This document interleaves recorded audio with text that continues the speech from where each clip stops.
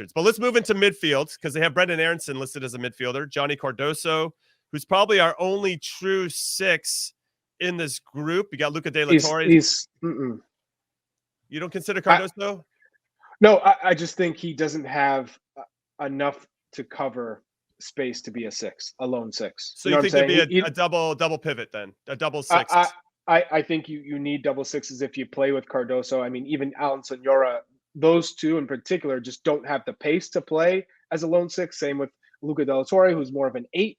I think Weston McKennie is probably your closest one to be who could be a lone 6 just because he can cover a lot of distance and ground. But you know him, it's hard to keep him with a defensive responsibility and not allow him to venture forward.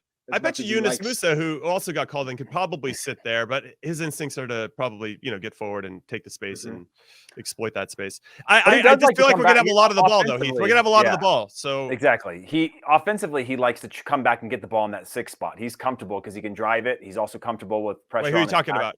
I'm talking about Yunus Musa. Okay. So, offensively, I think he can play that 6th position, but defensively, yeah, I'm not sure. I mean, he does put in that two-way shift for sure. But yeah, you need somebody a little more comfortable being disciplined, sitting between those center backs. Unless you play in a back 3, and then maybe you can have your double pivots that allow you to put another player up top. I want to make sure that we see this through the context of what's going to happen in these 2 games. I think if any window where we can miss a Tyler Adams, it's probably this one because we are going to have so much of the ball, and I think you might be able to take that risk.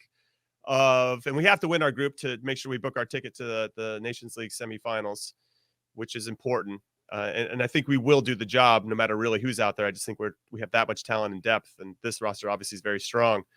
I think you can, though, take a risk, Chuck, with regard to who you elect to play in that 6th position, because I think you can be a little bit more flimsy in terms of, I mean, you need somebody to be there when we're building out, right? And you need somebody that's protecting the passing lanes in front of the back 4.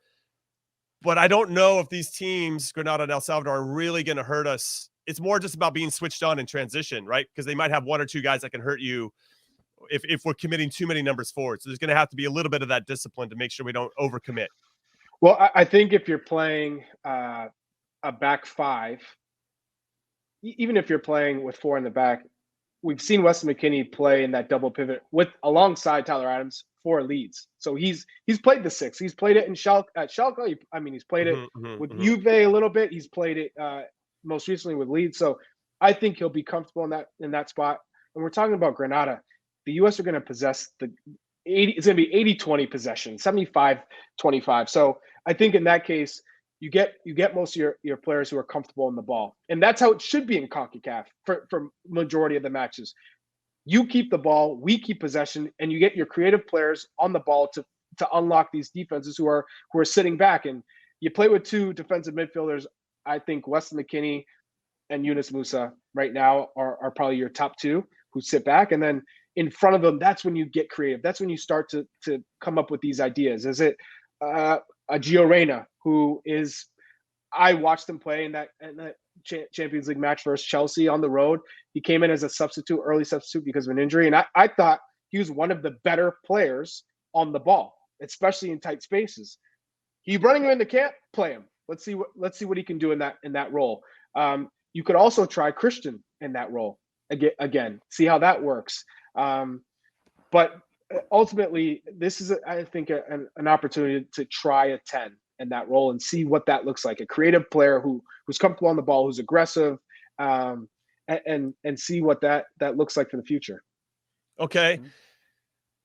Yeah, there's a lot to unpack there with regard to who should play the 10, especially with Brendan Aronson being listed as a midfielder. He's playing in that spot centrally for Leeds over the last, let's say, month. I know Jesse Marsh was trying him as well, including his new coach, Javi Gracia. Heath, we got some questions here. I'm kind of curious to see how we line up and the decisions that Anthony Hudson's going to make. But I don't know if Alan Senora, who's playing at Juarez right now in Mexico, do you think that maybe Malik Tillman should have been called in over a Senora, given how well Tillman's been playing for Rangers? Or do you think Anthony Hudson's just decided he doesn't like the Scottish Premiership because he left Cameron Carter-Vickers off as well?